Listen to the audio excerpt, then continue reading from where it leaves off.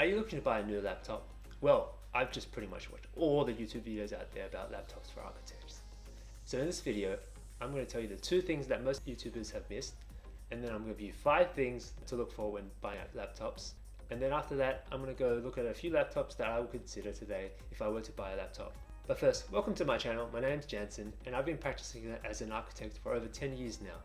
I've had countless different laptops, tablets, and even built my own computer. So trust me, you're going to want to hear what I'm about to say. My first major point is that a lot of these YouTube videos assume that all architects will be doing heavy 3D rendering and modeling. Hence, they suggest everyone get a super powerful CPU and GPU. But not all architects need this. There are some students and architects that get through their whole career with doing minimal rendering. Most professional architects I know don't even know how to do realistic renders. This is because in practice, we outsource these to the professionals. However, the majority of students these days will try some form of rendering during their time at uni. But there are some forms of architectural visualizations that don't require expensive hardware, such as photomontaging. This is where you take a 3D screenshot of your model and then you apply some textures over it. This doesn't require a powerful CPU or GPU. You just need to know how you're going to work. This leads me to my second point. Even if you know you're going to do some intense 3D rendering, you don't need the latest and greatest. You don't have to buy this year's model, you can buy last year's model. If you wait long enough, some of these laptops go on heavy discounts. I recently saw the Razerblade go on a heavy discount of 47% off. This is a saving of $3,000. You could buy another laptop with this kind of money. Or you could use the money to buy a monitor, upgrade your laptop, and even buy some fancy accessories. The performance difference between this year's model and last year's model are often very incremental. It might save you a few minutes of rendering, but to me it's not worth the extra $1,000 or $2,000 that you could be saving. And sometimes the newer models might not be stable and compatible. For example, when the new M1 Macbook came out, a lot of softwares weren't readily compatible. What you want is a stable and reliable laptop. Okay, so here are the top 5 things to consider when looking for a laptop. The screen, the CPU, the graphics card, the RAM, and the hard drive storage. Now, this is not an exhaustive list, and I'm only going to be scratching the surface with these components. There are actually a lot more detail I could go into, but I don't want to confuse the beginners out there. Number 1, the screen. Most people suggest a screen size of between 13 inch to 15 inch. I personally have a 15 inch. And for the screen resolution of a 15 inch monitor, I'd go for a QHD, which is the resolution of 2560 x 1140. I find that Full HD is a bit small and 4K is too big. I think this is a sweet spot for the balance between portability and having a screen large enough to work with. Okay, so this is a screen recording from my 15-inch laptop with my ArchiCAD software open. ArchiCAD is a very popular CAD software for modeling and drawing.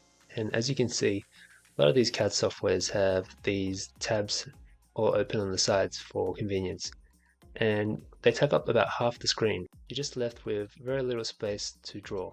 So what you have to do when I'm working on this laptop with no monitor, external monitor, I have to close down these tabs. And it just makes things a lot more inconvenient. And as you can imagine, on a 13-inch laptop, it's just going to be so much more worse. Now, while a 15-inch model is workable, I'd highly suggest you get an external monitor. This is not only for the convenience of an extra screen space, but also for long-term health. You want to have a good ergonomic workspace set up to avoid any injuries. I've had countless injuries over the years and they're not easy to fix. If you can, try to get a laptop and monitor combo where it allows you to just use one cable to connect to the monitor and also charges your laptop with the same cable. My laptop can do this, but it won't be able to run at full capacity. In order for my laptop to run at full capacity, I have to rely on a dedicated cable that comes with a power brick. It would be really nice if I didn't have to bring this around with me everywhere, and if I could just use the regular USB-C cable to charge my laptop. These days, there are some really powerful and small GAN chargers out there that can power your laptop and not require you to bring a big brick like this around. Okay, the CPU. These are the brains of your computer. Generally, the higher the model number, the higher the performance. For example, the Apple M3 model is better than M2, and the Intel i9 is better than the i7. Now, this isn't always the case, but generally is. So just try to get the highest number you can afford. Okay, the GPU, the graphics processing unit, also known as the graphics card. And as the name suggests, it helps with the computer graphics. Now, when you're looking for a laptop, you want one with a dedicated graphics card, as opposed to an integrated graphics card. The difference between the two is that an integrated graphics card is attached to your CPU and it shares the resources of the CPU. These are generally not as fast as a dedicated graphics card. If you're going to do some real-time rendering, you're going to want a strong CPU. Real-time rendering is when the software is able to simultaneously render your 3D model while you work and make changes. Most 3D rendering softwares can do this now, such as Lumion and Enscape. There are other softwares that utilize the graphics card, such as Adobe Premiere for video editing, and even Photoshop. And more recently, AI technology has been utilizing the graphics card to run the calculations. Again, the higher the number, the better. For example, the RTX 4070 is better than the RTX 4060. If you want to save money, just go with the lower number. You'll be fine. Okay, the RAM, which stands for Random Access Memory. This is short-term storage on your computer that gives all your apps quick access to important information. Every time you open an app on your computer, it will temporarily occupy some of that space until you close it. In architecture, you tend to run a lot of different powerful softwares that take up a lot of RAM. If you have too many of these open at the same time, your software won't run and might crash. The more RAM you have, the more software you can run at the same time. A lot of YouTubers recommend a minimum of 16, but I personally would recommend at least 32 gigabytes. I personally have 64. I know when I was a student, I had so many things open at the same time. I had Photoshop, InDesign, Illustrator, a 3D model running, and 50 Chrome tabs open at the same time.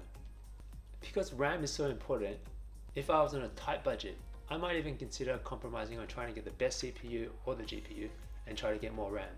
For example, I might consider getting the M1 MacBook with more RAM instead of the M2 MacBook with less RAM.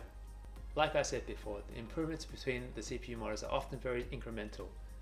And in the case of MacBooks, you can't decide to upgrade your RAM after you've purchased your laptop, but you can with other laptops.